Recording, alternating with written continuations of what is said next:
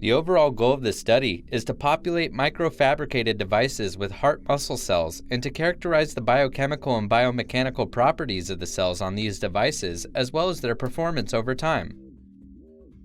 The method described here can easily be modified for other experiments that require high-density cell adhesion on microfabricated devices. The main advantage of the Bioactuator developed in this video is that it can be easily adapted to quantify cell contraction forces of any other cell type. It can also be used to study the changes in the biomechanical characteristics of stem cells as they undergo differentiation. Visual demonstration of this method is critical as the cell seeding steps are difficult to learn with descriptions from texts.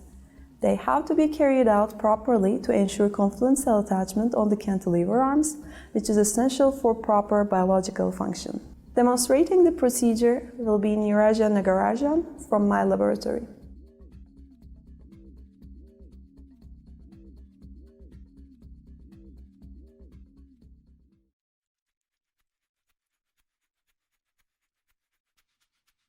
With a biorobot stored in a T25 flask, use a magnet to hold it in place at the bottom of the flask. The magnet is not needed for the biological actuators as they will not move due to the weight of the glass bead in the base.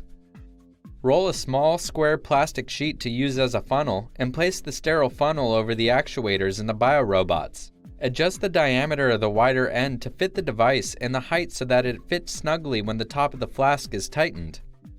Use a separate flask to test and adjust the fit of the funnel. Snug fit of the funnel will ensure that there is no leakage of the cell suspension into the rest of the media. This is essential.